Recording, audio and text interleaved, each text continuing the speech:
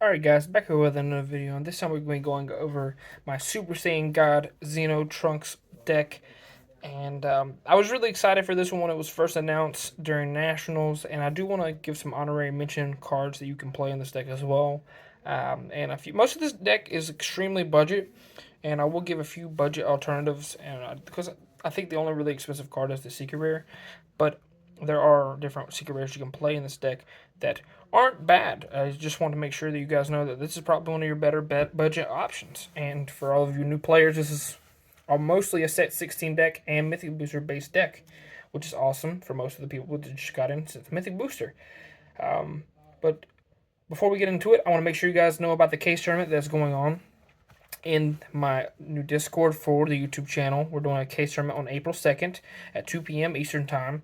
And all the event details are in the Discord, so check out the Discord link in the description. And also, whenever you go to the announcement thing, you can click on the Facebook event page so you can check out the details on how it works. And what we're going to be doing with it is best of one pre-side, so it would be one of the most competitive formats. So you make sure that you are familiar with it. You're going to see all the fest events prior, so you'll be able to know what the meta will kind of look like based off those events. So if you want to update your deck list after doing the Google Doc submission in the Facebook event link, you can do so at any time. Update your deck because it's not you have as much time you want to update that deck list as long as you want, as long as it's before the tournament starts. Just make sure you don't not to update it after the tournament starts. But thank you guys once again for smashing the like button and for being subscribed if you aren't already. Let's get into it. Trunks, once per turn, activate main. Choose one black card in your hand and send it to your warp. Draw two cards. So any black card, so no card is dead, which is awesome.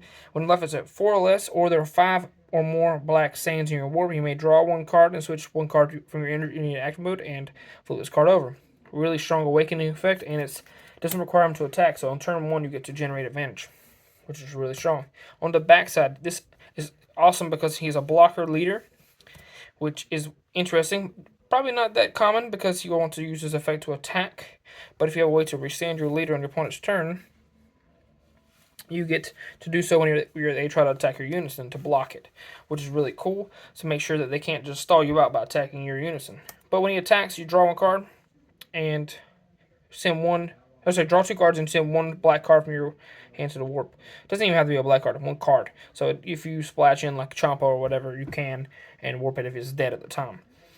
But then you have a activate main Spirit Boost 1, pay 1, place 2 black cards from your back battle cards from your warp into the owner's drop area, and then shoot up one of your opponent's battle cards and send to his owner's warp. So similar to the set 10 Trunks blue leader that has a removal built in the leader, it's there. And but most of the time you're going to be using that as like a last resort type thing. But I really like this leader, and it's one of my favorite characters. So let's get into the set 16 engine. So you have 4 copies of your Gohan. This is a mandatory like turn 1 play you want to do. You want to warp this with your leader's effect, draw 2, and then you pay 1, play in from your warp. He's a blocker, so that's really good defense. So you can stay at 8 life for a long time with this leader and choose to block your unison to keep it on board, which is really cool. But then you have, when it's played, you send the top 3 cards of your deck to the warp, so it can help you awaken. So basically that's the whole goal. Get 5 Saiyans in your warp, awaken, and play this guy on turn 1. And if you don't have that guy, you want to have this guy. So you got Goten, and this one has a Spirit Boost 1. Gain this card. This card gains critical, and it has the same effect on play. Send up to the top 3 cards from your top of your deck to the warp, and helps you get those Saiyans in the warp. Most of the deck is Saiyan, so that's something to keep in the note, that unless you want to play the slow roll to awaken, you want to play a lot of Saiyans, so that you can hit those on the top 3. Then your unison, which is awesome. Every time you play a card from your warp, you get to you draw a card and add a marker to this card, and that's this auto for +1. Then you get a +1 if your leader card's a Saiyan card. Warp out the top 3 cards of your deck, so you can have 4 markers on this card as soon as you play it, which is really strong. So on your awaken turn, you play this, warp top 3, awaken, pay 1 to play one of these guys, and then you get to add a marker. So it'll be 4 markers on turn 2, and you get to awaken most cases. But that's basically how the deck plays. Establish unison, awaken, and continue to loop between your drop area and your warp. And play cards from your warp as well. Now this is your main SR for the deck, then this card is one of the cards you need to play, at least 3 to 4 copies of it. And if SR or SPR variant works, he has dual attack deflect. You pay 2 to play this card from your warp, and then whenever he attacks, because he has dual attack, you send 3 cards from your warp to your drop area. So you get to do that, and then next thing you know, you get to overrealm, and then you put all those 6 cards back, which makes it to where you can continuously play 6 cost overrealms every turn. You play 1 copy of SS3 Trunks challenging a Demon God. I thought 1 copy of this was fine because it's unique and you get to warp it from the top of your deck or from your hand whenever you attack. So, unique. And he also has a lot more restrictions, unlike Gogeta Zeno. So, if there are 10 or more black cards in your warp, this kind of gets double strike and it's only a 20k, not 25k like Gogeta Zeno. But Spirit Boost 1, if your leader card is a black Trunks Zeno, you get to, and you have 3 or more energy, play this card from your warp. So your Spirit Boost 1, bring him back. So additional attacker that could come up. Then you have your Floodgate, 3 of these Pan, challenging a Demon God. You can play 4 if you want, but I think 3 is perfect. It is a black Saiyan, and it only costs 1 on your opponent's turn. So counterattack, play this card. So it doesn't stop the attack, but it becomes 1 cost on your opponent's turn.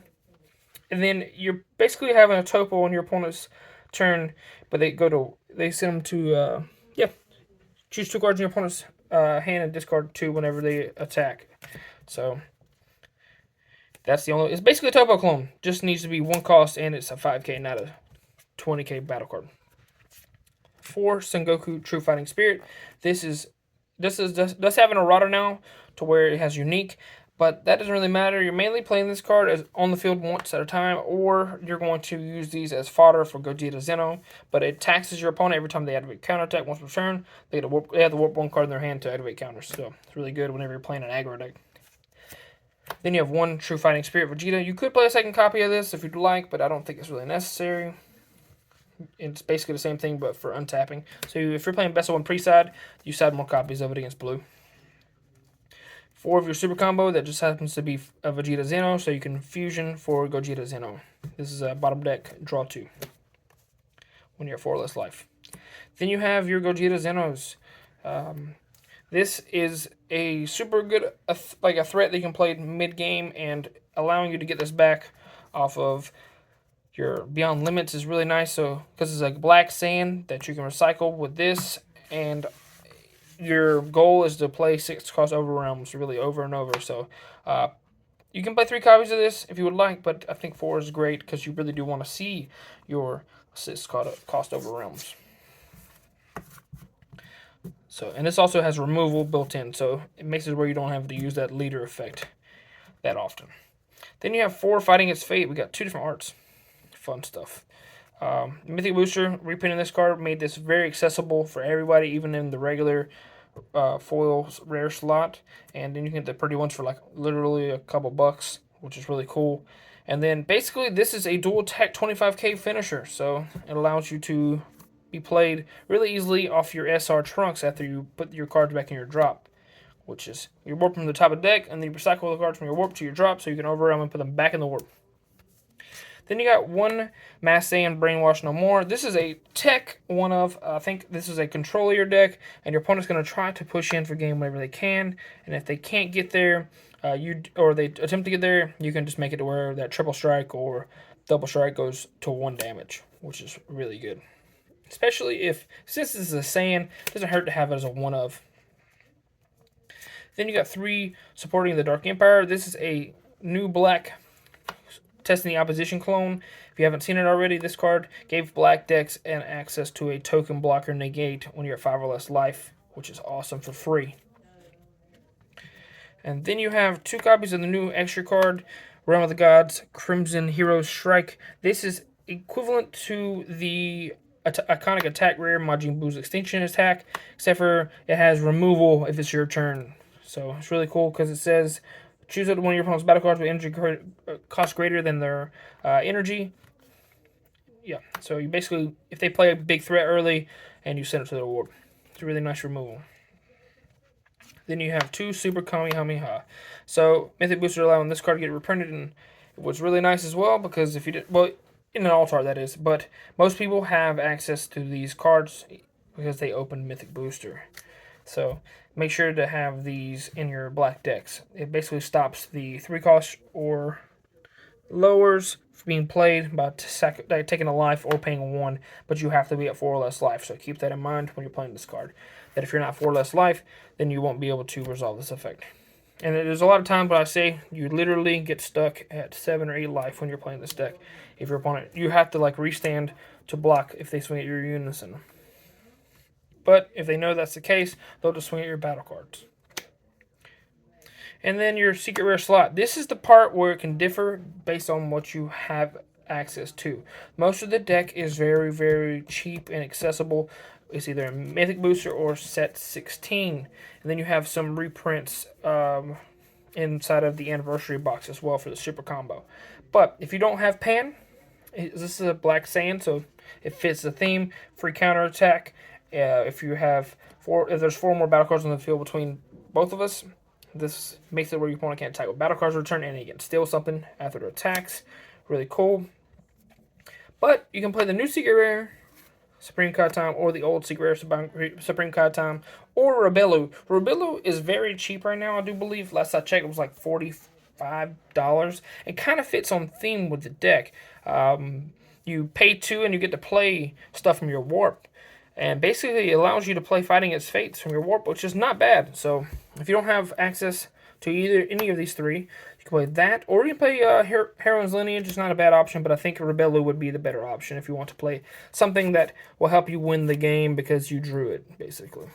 But thank you guys once again for checking out my new videos. And I know that I was a little absent there, posting Yu-Gi-Oh videos for a little while. And also, if you're a Yu-Gi-Oh player and you join my channel because of Yu-Gi-Oh, there will be more Yu-Gi-Oh content coming as well. See you guys in the next video. Deuces.